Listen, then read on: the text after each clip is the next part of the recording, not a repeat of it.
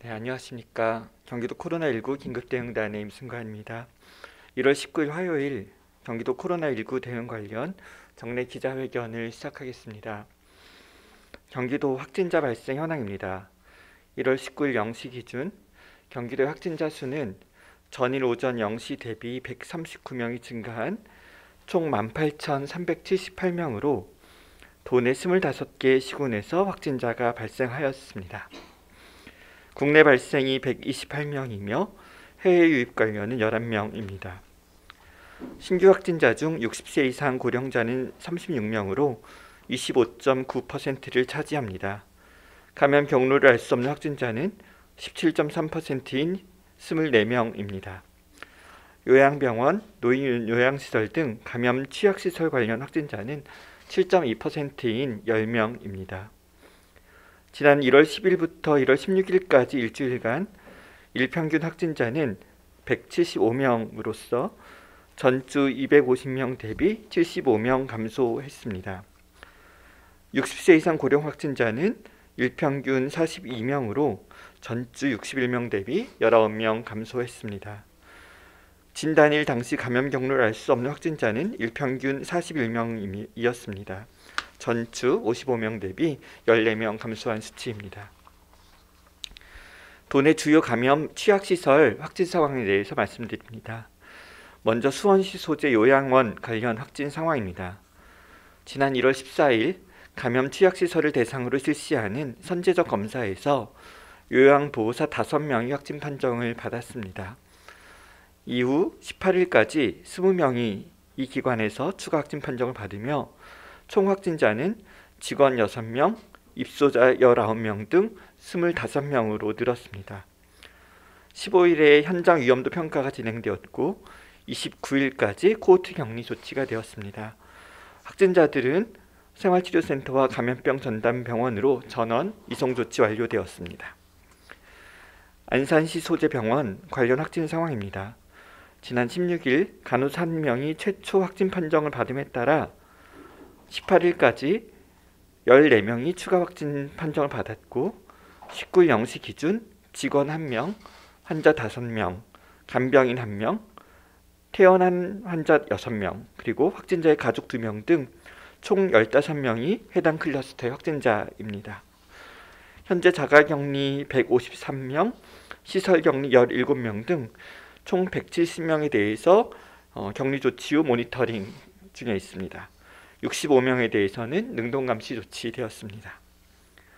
용인시 소재 요양보호센터 관련 확진 상황입니다.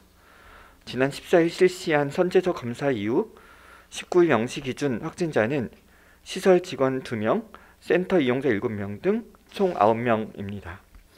확진자들은 전원 생활치료센터와 감염병 전담병원으로 이송되었고 시설 및 자가격리자들의 증상 유무, 방역 지침 준수 여부에 대해서 지속적으로 모니터링하겠습니다. 다음은 경기도 병상 운용 현황입니다. 1월 19일 0시 기준 일반과 중증 환자 병상을 합한 도내 의료기관 확보 병상은 총 917개입니다. 현재 병상 가동률은 70.3%인 645병상입니다. 중증 환자 치료 병상은 81개 가운데 57개를 사용하고 있으며 현재 가동률은 70.3%입니다.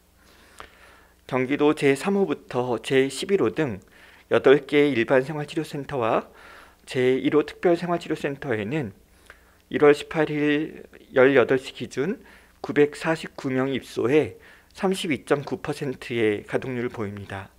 잔여 수용 가능 인원은 1936명입니다. 이 중 제1호 특별생활치료센터에는 35분 입소해 계시고 잔여 수용 가능 인원은 31명입니다. 요양병원 및 요양시설 등 감염 취약시설에서의 감염 사례가 지속적으로 확인되고 있습니다.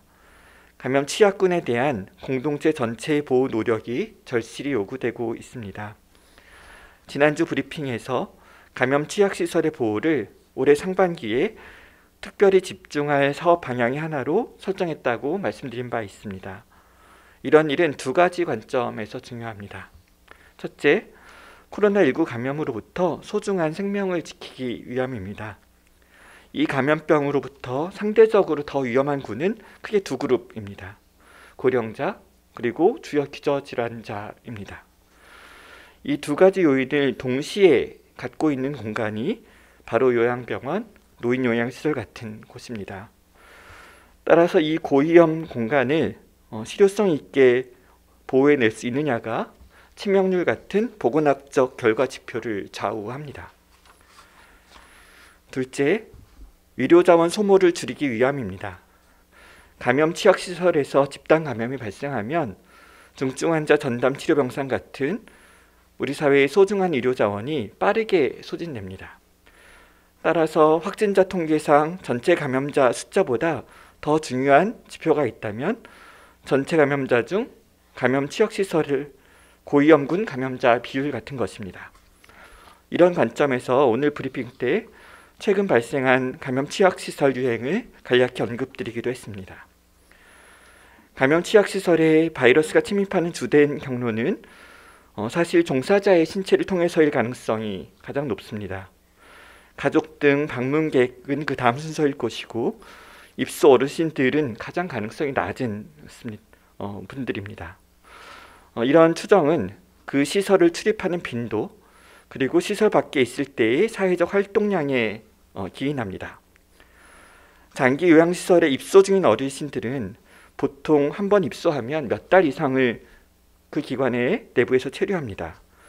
따라서 시설 의 집단 감염 유행을 예방하기 위해서는 매일매일 출퇴근하는 종사자 건강관리에 사회가 집중해야 됩니다. 그렇다고 해서 시설과 종사자들에게 단순히 책임과 의무만 부과해서는 안 될 것입니다. 교육훈련이나 선제적 주기검사 같은 서비스가 적절히 제공돼야만 합니다. 그리고 그 서비스들은 반드시 실효성 있는 방식이어야 합니다. 중대본 자료 기준 경기도에는 3,400개 가까운 감염 취약시설이 존재하고 10만 명 가까운 관련 종사자들이 근무하고 있습니다. 전국 17개 시도 중에서 단연 많은 숫자이고 이웃한 서울시 대비 3배 정도 많은 숫자입니다. 따라서 특별히 집중하지 않을 수 없는 그런 영역입니다. 도는 의료자원 확충 및 감염 취약시설 보호를 위한 TF를 구성합니다. 저희 긴급대응단 산하에 설치할 이 TF는 민관협력형으로 구성합니다. 도에서는 보건건강국, 복지국, 자치행정국 등이 참여하고 감염병학이나 보건학 등을 전공한 학계 전문가 10여 명이 함께합니다. 오는 1월 22일 금요일에 첫 회의를 개최할 예정이며 2021년 경기도의 코로나19 대응이 전문성에 기반하고 현장에 밀착하여 최대한의 효과 그리고 효율을 얻을 수 있도록 최선을 다하겠습니다. 정부와 지자체뿐 아니라 공동체에 속한 모두의 노력이 정말 중요합니다. 관련 시설에선 서비스 이용자들과 서비스 제공자들의 건강 상태 변화를 언제나 철저히 모니터링 해주시고 이상이 감지되면 시군보건소에도 신속히 보고해 주십시오. 기관에 제시된 방역 수칙을 철저히 준수하는 것은 당연합니다. 한국 사회에서 가까운 친지나 이웃이 이런 감염 취약시설에 입소했지 않은 사람은 별로 없을 것입니다. 생활 속에서 거리두기 수칙 준수를 통해 나의 가족, 친지, 이웃의 안전을 스스로 지켜내겠다는 각오를 다시 한번 다잡아 주시길 부탁드립니다. 코로나19의 확산세는 수치적으로 감소하고 있지만 본질적으로 장기전일 수밖에 없습니다. 백신을 통해 지역사회의 집단 면역이 확보될 때까지 계속 집중력을 잃지 않아야 합니다.